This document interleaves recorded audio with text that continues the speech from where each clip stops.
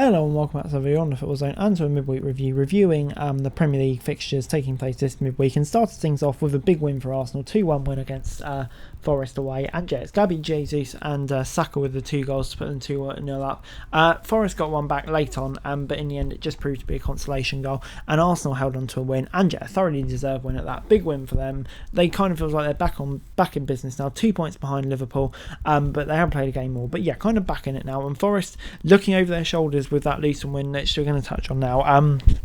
Defeating Brighton 4-0, an unbelievable result for them. Brighton never really got going, and yeah, they were 2-0 down after 3 minutes. A remarkable start through Adebayo and Ogbonna, and yeah, 2 more goals from Adebayo meant he got his first ever Premier League hat-trick. Unbelievable. Luton seeing a dominant win, and if they play like that every week, they won't be going down.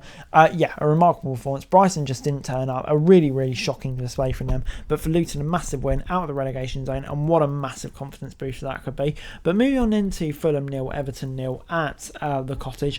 And yeah, this was an intriguing game. Not much to separate the two sides really. Fulham probably had slightly more of it. A really entertaining game for a 0-0 as well. Lots of attempts at goal, etc, etc. High expected goals for both teams. But in the end, no team could find a breakthrough. And I think Fulham, being mid-table, will probably be the team who a draw maybe suits the best, even though they were at home. Everton kind of need wins now. They're back into the bottom 3, which will be really disappointing for their perspective. So yeah, they kind of need an improvement in form soon. But for Palace, they relied on the usual 2, Eze and Elise, to get past Sheffield United, because Ben Brereton gave them the lead. Eze pulled one back, McAtee made it 2, Eze made it 2, and then Elise made it 3-2. Elise with 2 goals and 2 assists and a goal. Yeah, really remarkable display from him. And yeah, for Palace, I think in the end, at the moment, they're just relying on the individual quality of those 2 to stay up, and that's not a great position to be in. A few injuries and you really worry how it could affect them. But for Sheffield United, they'll be really disappointed to come away from this one with nothing. But moving on into Villa 1, Newcastle 3 at Villa Park, and yeah, it was Shaw with 2 goals in the 32nd and the 36th minute to give Newcastle lead, and Morena with an own goal in the 52nd minute made it 3-0 to Newcastle. Watkins pulled one back, but it was only a consolation goal, as yeah, Newcastle got the win, and yeah, only their 2nd away win of the season, which is pretty remarkable for Newcastle. But for Villa, a very disappointing display, and yeah, one that they'll be looking to recover from pretty quickly. Tottenham defeated Brentford 3-2. It was Udogie and Johnson and Richarlison with the goals for Brentford, after Morpay made it 1-0. Tony got a compensation goal to make it 3-2, but in the end, Tottenham, yeah, coming away with the victory. And you'd have to say, throughout the game, yeah, it's probably Tottenham who really deserve the win for that one. Obviously coming into it on a bit of a dodgy run of form, Brentford as well. But yeah, Tottenham getting the win. It's a big win for them.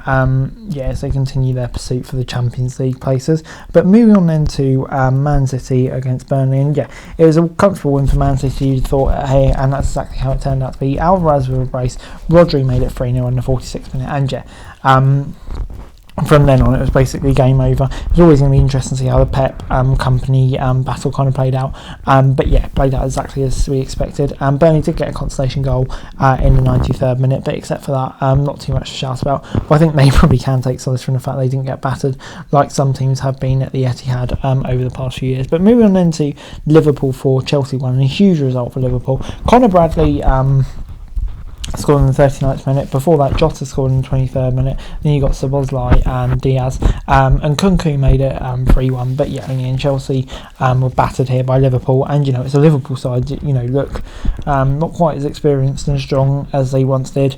Obviously really struggling with injuries at the moment. And I think it just highlights the great job that Klopp and the academy are doing to put in that performance. But yeah, serious questions have to be asked of Pochettino and Chelsea, because yeah, it's just not getting better. But moving on then to West Ham 1, Bournemouth 1. Solanke gave the Cherries an early lead in the 3rd minute before James Ward-Prowse levelled from the spot in the 61st minute. So yeah, I think West Ham, in the end, they probably did have more of the game. It was quite even, but yeah, will probably be disappointed being the home side, but I think Bournemouth will take away a good away point. And yeah, obviously both these sides, I'd say, not coming into it in the best of form. I think both will be relatively satisfied, maybe Bournemouth slightly happier. Before it's time for a crazy game at Molineux. Wolves 3, Manchester United 4. Rashford, Højlund, Scott McTominay the scorers for Man United. They were 2-0 up, and then Sarabia made it 2-1. McTominay made it 3-1. In the 85th minute, it was Max Kilman who made it 3-2, and then 95th minute, Neto equalised. Surely Jean were in there, but no. Maino in the 97th minute scored the winner for United. Unbelievable scenes, huge win for Eric Ten Hagman. Dramatic scenes, and yeah, that could be one that you really could feel could springboard their season. So anyway guys, that's it for this video. Thanks very much for watching. Remember to like, share, subscribe, follow us on our socials, link in the description below for daily football news, meme and content. Subscribe to our other channels on screen right now, that'd be greatly appreciated. Thanks very much for watching. Peace out.